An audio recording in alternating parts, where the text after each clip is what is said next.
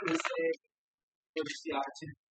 Since we sang the songs that just more than just words that we say or read off the screen, but that those would be declarations of our heart.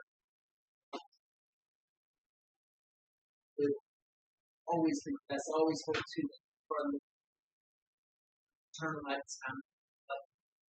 First, we open the word tonight as we continue studying the life of Moses and show us what you have for us.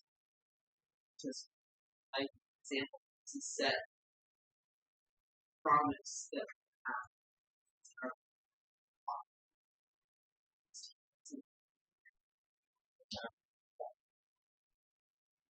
All right, we're in Exodus chapter 7 tonight, so if you want to turn there, we've been going through the life of Moses, and he's 80 years old at this point.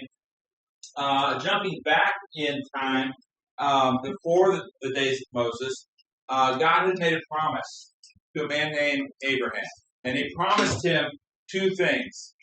This is a promise that was passed down to Abraham's son Isaac, a promise that was passed down from Isaac to Jacob, who later became Israel. And this promise there were two things that we're going to kind of relate to what we're looking at tonight. The first is, I will make you a great nation. And the second was, I'm going to give you a land. God has now, through the process of Israel being in Egypt for 400 plus years, he's made them from a group of 70 or so people that arrived in Egypt. Now it's a group of 2 million plus. He's transformed them from a large family reunion, to a nation of 2 million. Now God has said, the Bible tells us, God remembered his covenant with Abraham. God remembered his promise to his people. And that doesn't mean that God ever forgot it. That means God is now taking action on it. And so, God has picked a man. He's chosen someone to lead the people out of Israel. And if you've been in church at all through your life, you know all these stories from Sunday school. He picked Moses to be the leader of the nation and to lead them out of captivity in Israel to the land that God had promised. God sent Moses and Aaron to go approach Pharaoh. We looked at this a couple weeks ago. He sent Moses and Aaron to go approach Pharaoh and say, God says to let my people go. Pharaoh told him, no, I'm not going to let them go. Crazy. God sent them a second time, and he sent them with a sign of his power. And the sign that they demonstrated for Pharaoh was that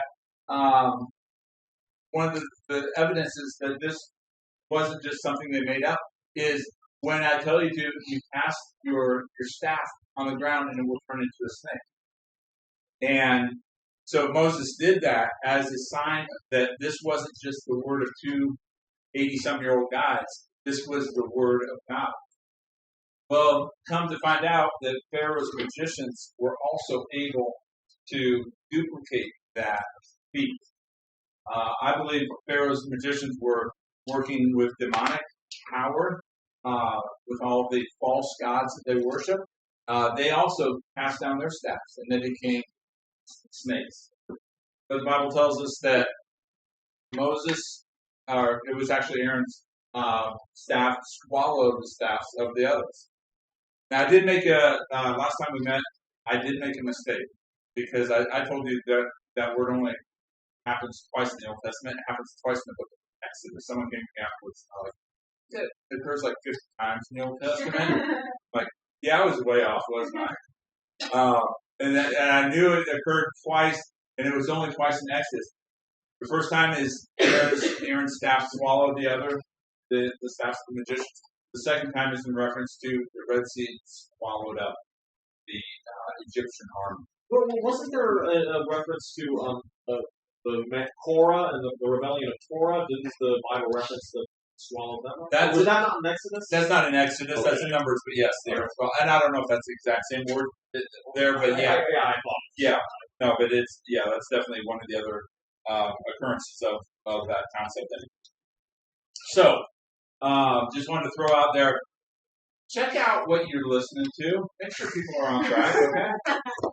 Because people make mistakes, and some people, I wasn't trying to mislead anybody, but some people are trying to do it, and some people just make mistakes. So check it out. Check your pastor out every Sunday. Read along. Follow up on what he says. Is he making any mistakes? So do that. That's important. The Bible talks about that in the New Testament. The Bereans in the book of Acts chapter 17, they checked out everything Paul said. They matched it up in Scripture. Is what this guy is saying true? That's a very noble character. So Pharaoh wasn't swayed by the miracle. He wasn't swayed by this word from God. And in Exodus chapter 6, it tells us that God told Moses, I'm going to have you do all these things and speak my word and speak directly from me. But Pharaoh will only let the Israelites go. He will only let my people go under compulsion. Under compulsion. So tonight, what we're going to look at is 9 very compelling judgments that God brought to help Pharaoh make his decision to let the people go. That's what compulsion is. You kind of help someone make the decision they need to make. It's usually not pleasant for the person being compelled to do that, and it's not going to be pleasant for Pharaoh. But we're going to see Pharaoh's response to every one of these. So, as you know from Sunday school, there's 10 plagues that in the Old Testament that Moses performed, in Egypt. We're going to look at the first 9 tonight because the 10th one is really set apart from everything else. So we're going to look at the first 9 tonight. So we're going to jump right into it. I'm going to try to whip through these, so stay with me. I'll tell you what verses, you'll see them on the screen too. We're going to whip through them. Then I've got some principles that kind of jump out at me from the passage, and some reasons for all these judgments, and then a couple things for you to take home with you this week, challenges for you. So the first compelling act that God performs is turning water to blood. And that's in chapter 7. I'm going to start reading in verse 20. So Moses and Aaron did even as the Lord commanded, and he lifted up the staff and struck the water. So they went back to Pharaoh again. God told him, go out in the morning when Pharaoh's going out to the river. Go out to meet him there. And so he lifted up his staff and struck the water that was in the Nile. And in the sight of Pharaoh and in the sight of his servants and all the water that was in the Nile turned to blood. The fish that were in the Nile died, and the Nile became foul, and so that the Egyptians could not drink water from the Nile. And the blood was throughout all the land of Egypt. But the magicians of Egypt did the same with their secret arts. And Pharaoh's heart was hardened, and he did not listen to them, as the Lord had said.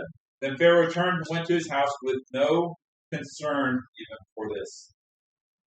So Pharaoh's not concerned at all, but what's going on with the people of Egypt? So all the Egyptians were digging around the Nile trying to find fresh water to drink because their one source of water has been turned to blood. Think about that. The entire Nile River, which flows for 3,970 miles. Well, the Nile River in that portion, maybe.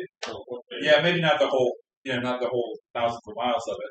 But here's what we see here, okay? So here's one thing I want you to see in each one of these occurrences. How does Pharaoh respond? How do he respond here? Somebody real quick. He just rejected him. He brushed it off. I don't care. What was it? His heart was hardened. His heart was hardened, no concern, and he went about his life. We have no water, but I don't care. Okay? The magicians did the same thing in this one. Okay, in this miracle. They were able to do the same thing. It tells us the magicians also took water, and they turned it to blood. And we know through some of the verses that we're not touching on tonight, this may have lasted up to 7 days that this was the case.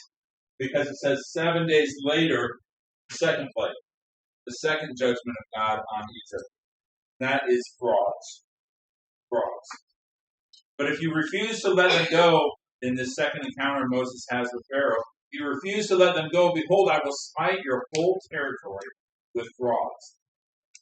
The Nile will swarm with frogs, which come up and go into your house, and into your bedroom, and onto your bed, and into your houses of your servants, and on your people, and into your ovens, and into your kneading bowls. This is very specific, isn't it? This sounds, I just got a big small objection. This sounds more like a nuisance plague. It sounds more like an annoying nuisance than an actual So the frogs will come up on you and all of your servants. They start off at more nuisance level and become more devastating. Okay?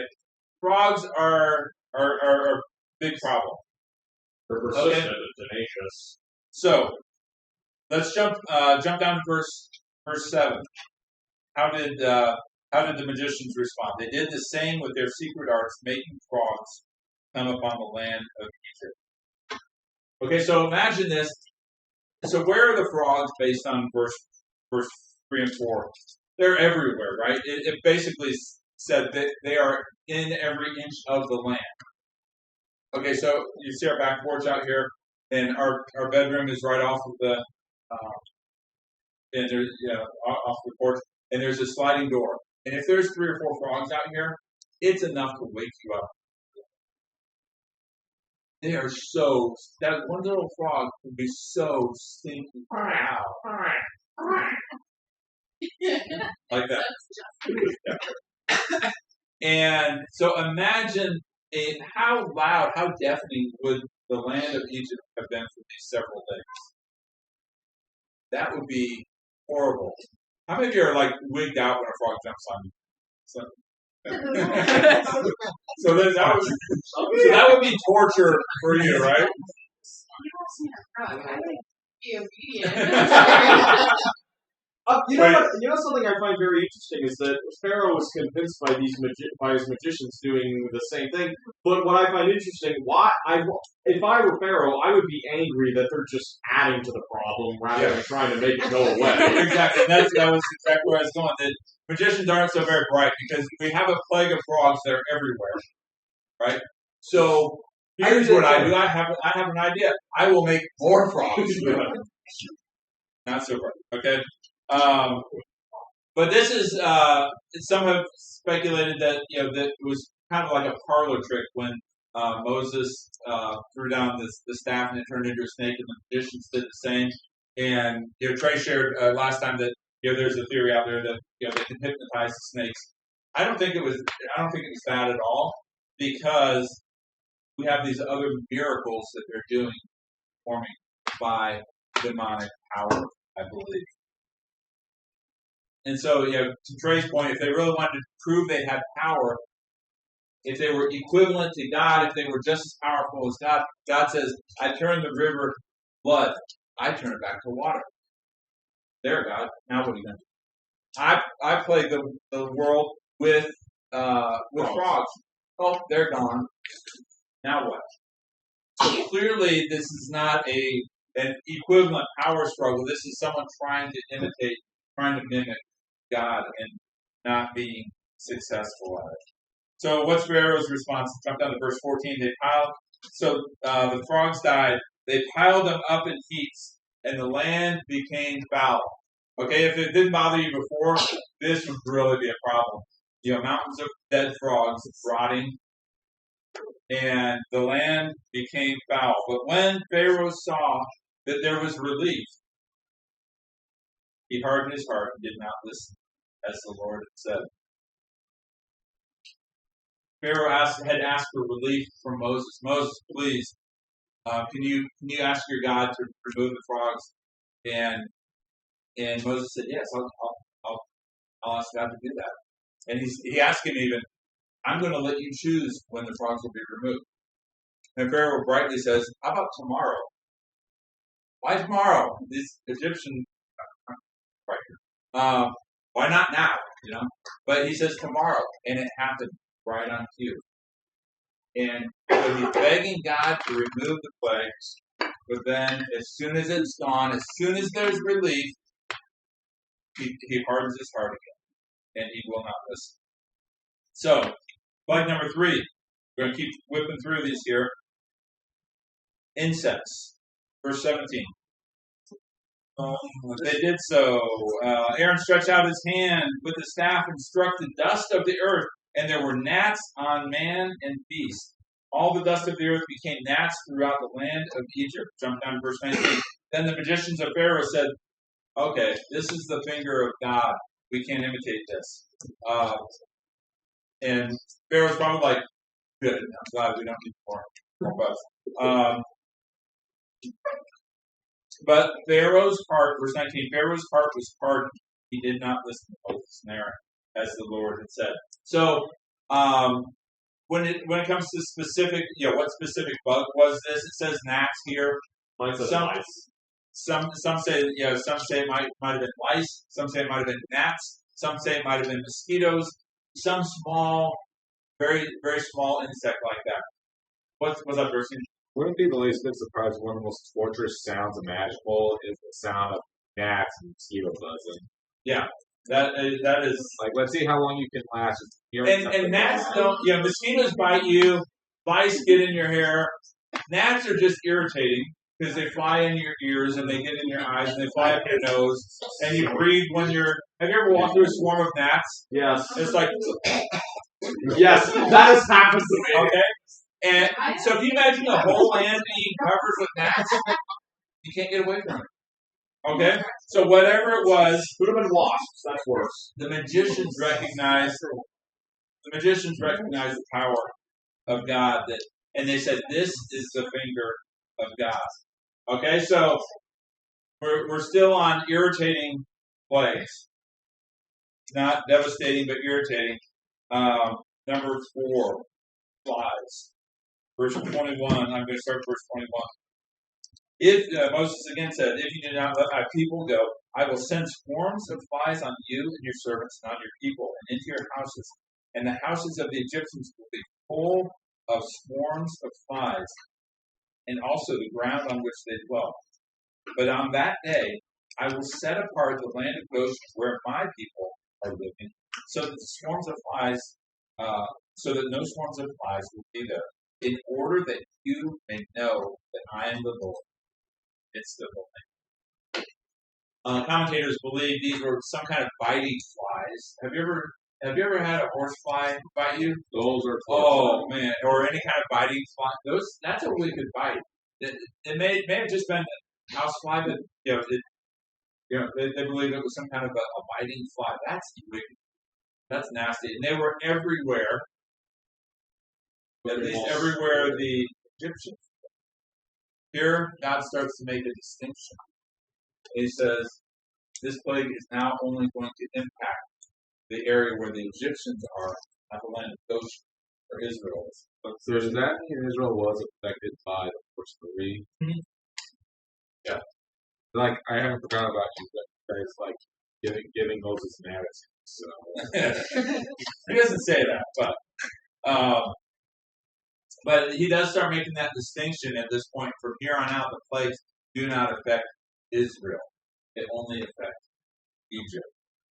Jump down to verse 28. Pharaoh said, "I will let you go, that you may sacrifice to the Lord your God in the wilderness, only you may not go very far." And then he gives Moses another request. "Make supplication for me. Talk to God on my behalf, please.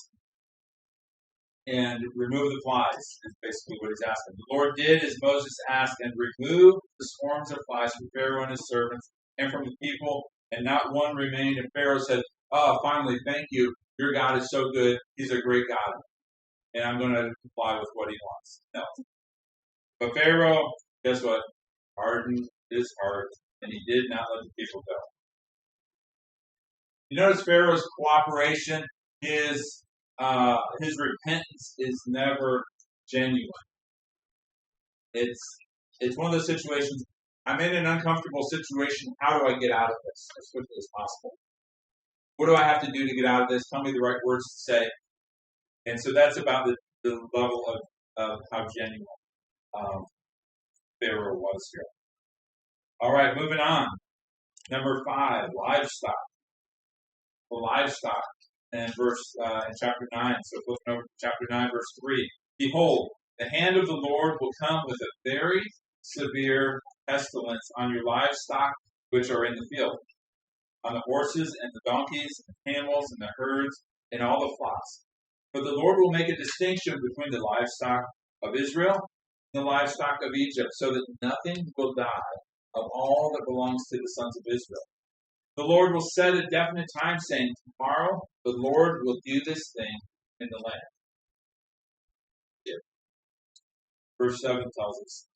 Pharaoh is kind of curious. Okay, Moses is saying God's making this distinction. We have a bunch of dead cows and camels here. What happened in Goshen where the Israelites there? So Pharaoh sent, and behold, not even one of the livestock of Israel was dead. But the heart of Pharaoh as well was hardened, and he did not let the people go. So it tells us any livestock that were in the field that day died. That Moses made the announcement, and they were going to die the next day. Pharaoh saw that God was directly judging Israel. This wasn't some disease that swept over the whole land. This was God's direct judgment on Israel. Now Pharaoh has confirmation of that. He still hardens his heart. He still refuses to let them go. Number 6, boils. Boils. This sounds fun. So God had Moses and Aaron. They took soot from a kiln. So you remember they made the bricks and they had to bake them in a kiln. So they took the soot from where the fire was for that. Took some of that soot and they stood before Pharaoh, and Moses threw it toward the sky. It became boils, breaking out with sores on man and beast.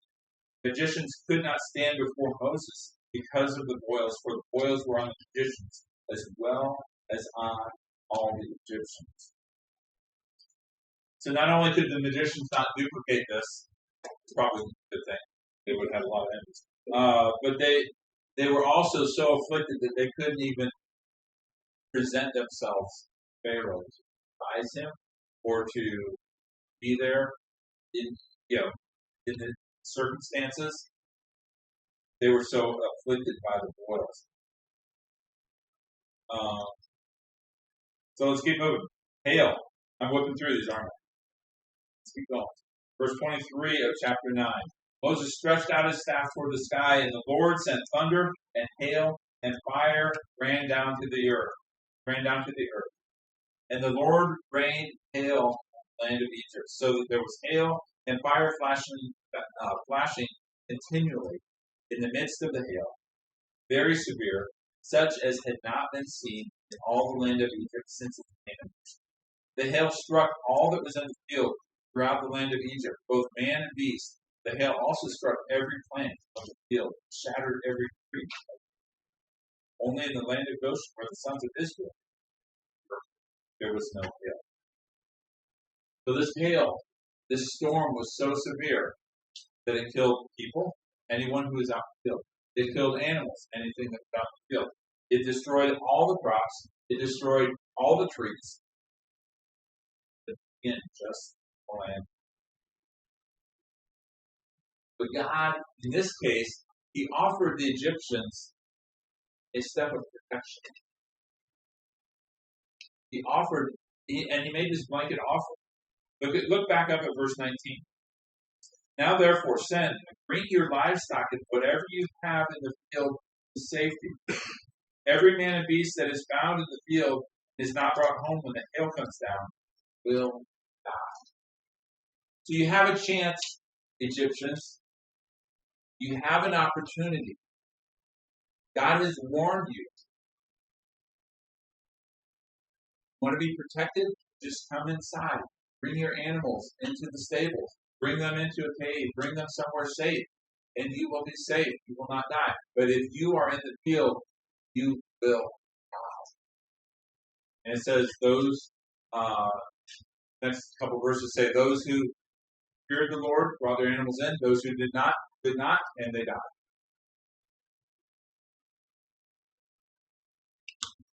The hail was severe.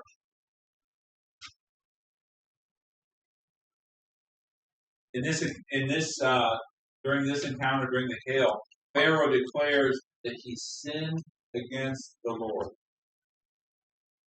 He made that proclamation. He made that statement, I have sinned against the Lord. And he acknowledged only God is righteous. He did that until the hail stopped. Once the hail stopped, he returned saying, hard-heartedness. Remember, God told Moses and Aaron that Pharaoh will only let my people go under compulsion. There's been a lot of compulsion so far. There's been a lot of prompting, hey, here's a good opportunity. And Pharaoh still will not relent. So the next plague is locusts. Number 8. Jumping over to chapter 10. For if you refuse, verse 4, if you refuse to let my people go, behold, tomorrow. Okay, so he's giving them this warning. Remember every time, or did you catch pretty much every time God has Moses tell him, if you don't let my people go, this will happen. So how does Pharaoh get out of this? Let the people go. But he chooses not. Tomorrow I will bring locusts onto your territory. They shall cover the surface of the land so that no one will be able to see the land. Thought there were a lot of frogs. Can't even see the ground. Can't even see it.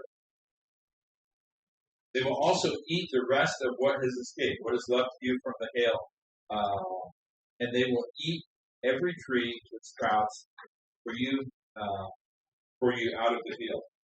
Then your houses will be filled, the houses of your servants, the houses of all the Egyptians, something which neither your fathers or grandfathers have seen.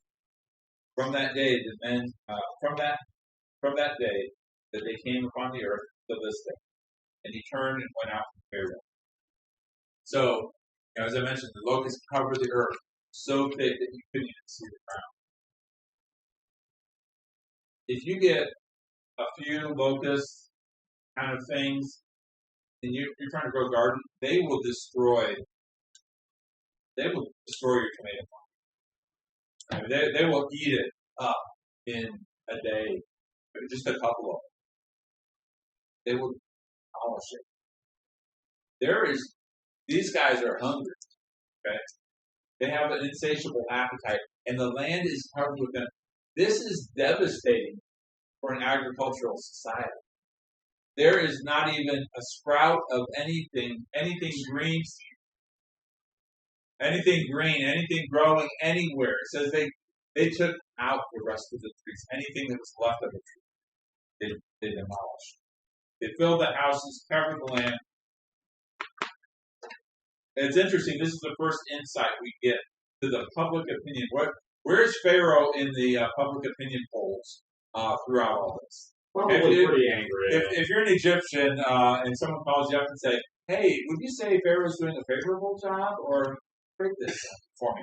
Okay, look at verse 7. Pharaoh's servant said to him, "How long will this man be a snare to us? Let the men go, that they may serve the Lord their God. Do you not realize that Egypt is destroyed? You're killing our country. You're killing us as a people. We've had so many people die. All our livestock is dead. We have nothing crop-wise. How long are you going to let this go on?" So Pharaoh says, "Okay, I'll relent. I'll allow some of you to go. Not all of you, but some of you to go." And Moses stood firm. He said, "No, we're all going. We're all going." As soon as the locusts were gone, God brought a wind, the east or west, I can't remember.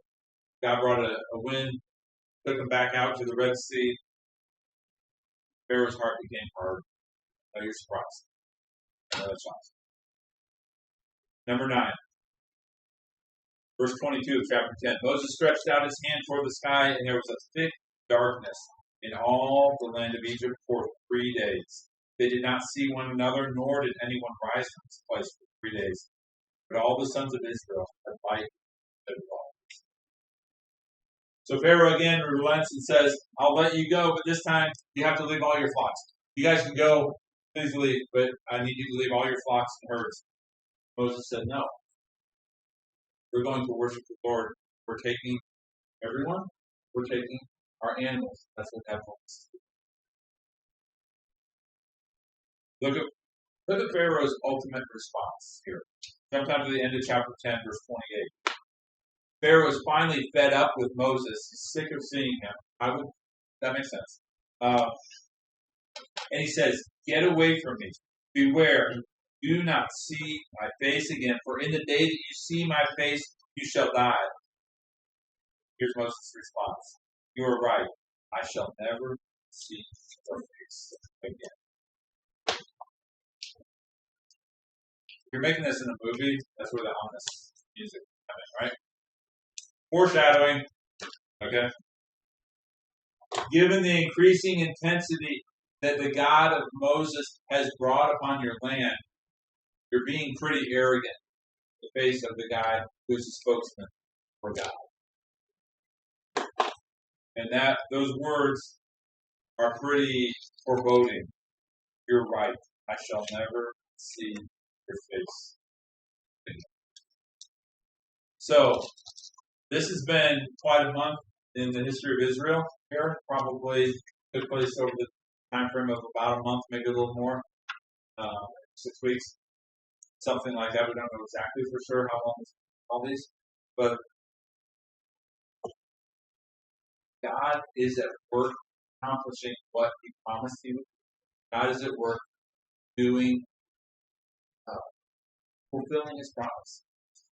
I had three insights that jumped out and I'll share with you.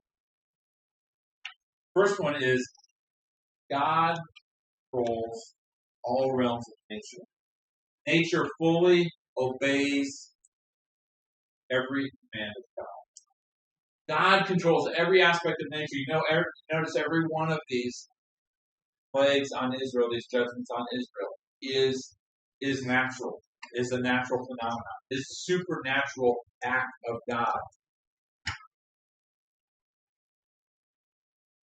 People try to explain away some of these plagues with natural explanations like, well, the water didn't really turn to blood. There's a time the spring of every year or something like that, where the silt gets washed into it, and the river looks red, and it looks like blood. How impressive is that if it happens all the time? Why is that a thing? Why are they looking for water if that happens all the time? It doesn't say it looked like blood. It had a reddish tint to it. It says it turned to blood. It says the Pharaoh's magicians turned the water to blood also. It says all the fish died because it was turned to blood. I just want to point out that it was not long after the initial Exodus that Egypt, during the days of Jesus, Egypt was one of the first nations that turned to Coptic Christianity. Yeah, that's no longer the case there. Back to their pagan ways, yes. I mean, they had the experience that God knows all, and God is more powerful than the pagan gods. They should know, right? They should know. So God is over all of nature. Natural phenomenon doesn't account for several things. It doesn't account for the fact that the majority of these judgments only impacted the area where the Egyptians were, not the neighboring Israelites, just a couple miles away. It also doesn't account for the fact that when each judgment starts,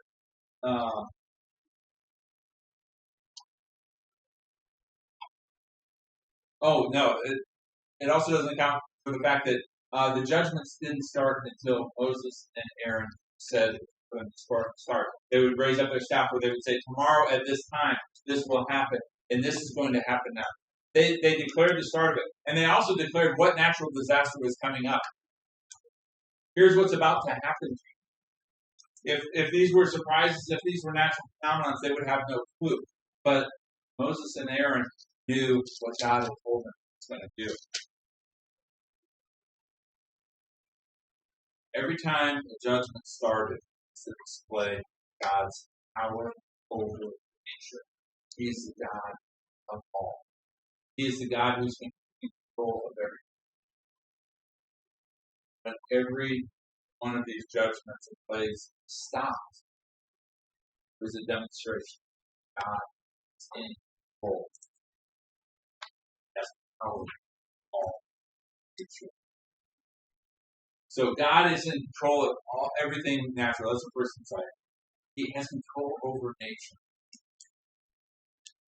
You see that in Jesus' life. See that in just in God's hand throughout all Scripture. Second insight I have is the sin of Pharaoh impacted people. The sin of Pharaoh impacted the people he ruled. There were a lot of innocent people who died because of Pharaoh's rebellion against God. Because of Pharaoh's hard-heartedness, there were a lot of people who died, who lost everything. Write this verse down, Proverbs 29:2. Proverbs 29:2 says, when the righteous increase, the people rejoice. But when the wicked man rules, people groan.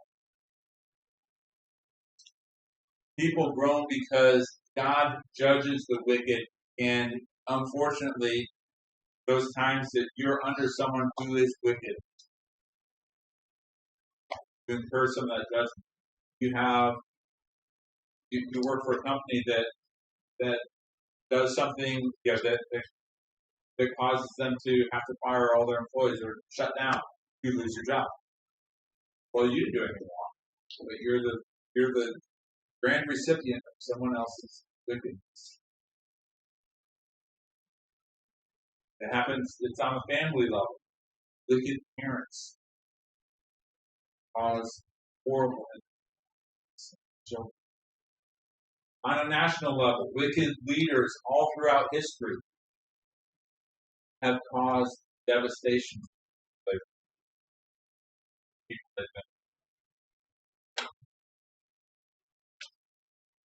So, God is over all nature. Sin of the leaders, that's a good reason to pray for your people. Pray for your leadership. At all levels. At school, at work, your state leaders, our national leaders, your parents, whatever level it's at. Pray for those who lead you. Pray that God will impact their lives. Pray that God will get a hold of their heart. Because their decisions are going to impact them. Pray for them. Even though it's kind of selfish. I want things to go good for me, so I'm going to pray for you. Right? And the Bible does say, love your neighbor. What better way to do that than praying for your countrymen safe? That and to pray for, it tells us directly to pray for those in leadership over you as well. Okay, so third insight I have here. Even in times of judgment, we see God's mercy. Even in times of judgment, we see God's mercy. Here's what I mean by that. God's bringing heavy judgment on Egypt. He's bringing heavy, heavy judgment on Egypt, like no nation has really seen before. But at each step, God says, let my people go. And if you don't, this will happen. He gave him an opportunity at every step, and he reminded him of what needed to be done. Here's how you avoid this. I'm going to give you a reminder. If you let my people go, this next thing won't happen. God was gracious. God was merciful in providing that opportunity every time. There was one account with the livestock that God gave them. He was gracious and gave them warning. If you or your livestock are out in the field tomorrow, you will die because of the hailstorm. So go take shelter. Go take shelter. Probably a few of them did. The rest of them were spiteful arrogant, chose not to. God's mercy is also seen every time the plague ended. That was a merciful act of God because he could have let the plagues go on and on. Can you imagine if the water stayed blood and then the insects came and then the flies came and then boils came and then the hail never stopped and then can you imagine that? But God mercifully allowed them to face one of these things at a time. So God is God over all nature. Pharaoh, as a leader, brought devastation on his people. And God is merciful. So last thing I want to look at is we got why did God do this? Why did God do this for these acts and these acts of judgment in Egypt? Look at chapter 9, verse 14. It tells us that he wants Egypt to know that there's no God like the God of Israel. Chapter 9, verse 14. For this time I will send all my plagues on you. This is word to Pharaoh. For this time I will send all my plagues on you and your servants and your people. Why? So that you may know that there is no one like all earth. God wanted to reveal himself, make himself known to the Egyptians. Egyptians, you have hundreds of gods, dozens of gods, I don't know how many, lots of gods. But there is none like God. It's probably why many of the Egyptians didn't take the Moses' threat seriously, because they had so many pagan gods for particular aspects of nature. Out of pagan naivety, they believed that these gods were so devoted to this specific aspect of nature would protect them. Yeah, and it didn't work. That was chapter 9, verse 14. Exodus 9. So Egypt, God said, I want Egypt to know that there is no God like me. Second, so the Israelites can tell future generations of God's power and authority. He wants a legacy of his power to be passed down throughout all of Israel's history. Look at chapter 10, verse 2.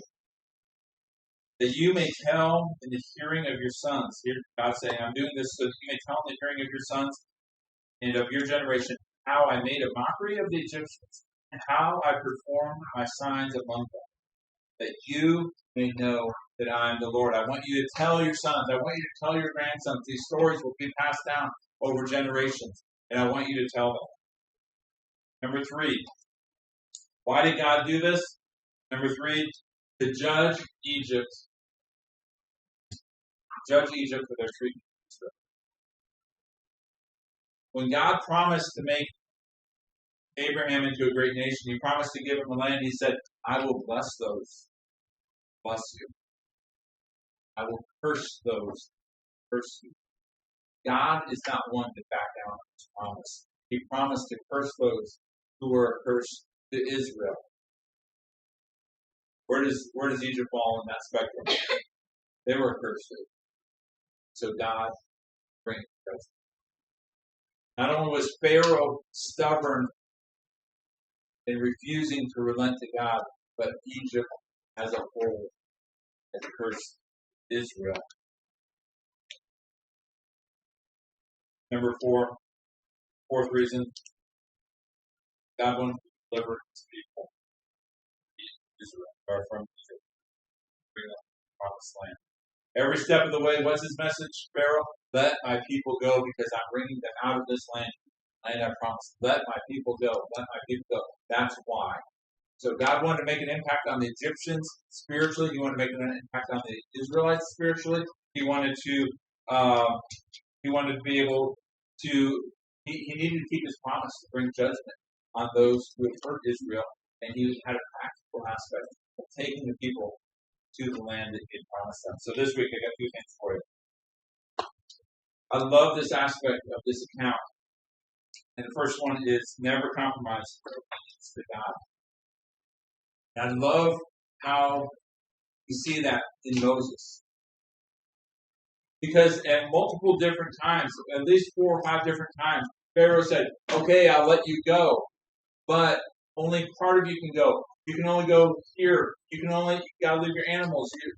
All these conditions and all these things that would be settling for less than God called Moses to do. And Moses at every point said, no. God said all of us are going. No, God said all of us are going here. No, God said we are taking our animals. No, I'm not settling for anything less than God told me.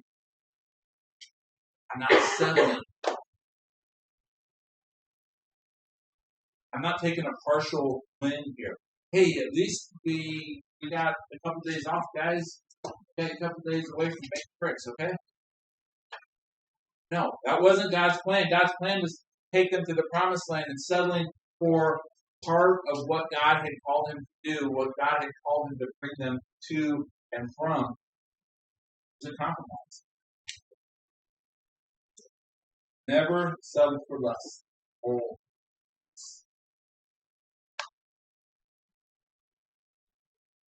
Second thing, our circumstances aren't necessarily quite like this, but there's a warning that jumps out. That's the challenge. Is how do you respond to adversity?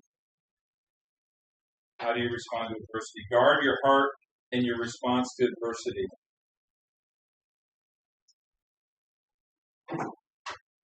Who's our character study for this? Pharaoh, right? Who's a bad example of what not to do? Pharaoh.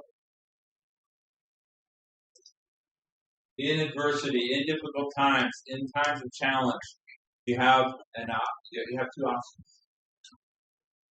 You turn to God or turn away.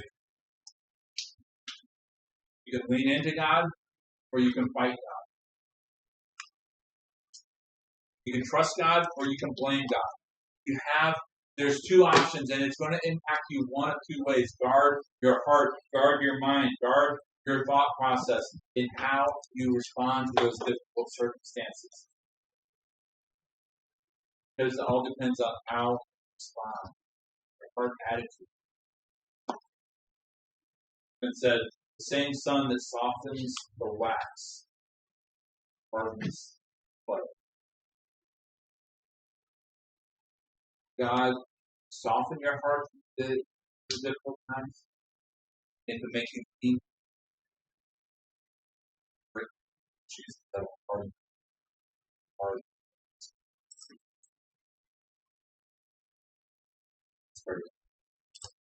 God, I thank you for this account, for your power. This account of your love, your commitment. Even when it seems hopeless, still all of it matters. Love that Moses didn't have to say.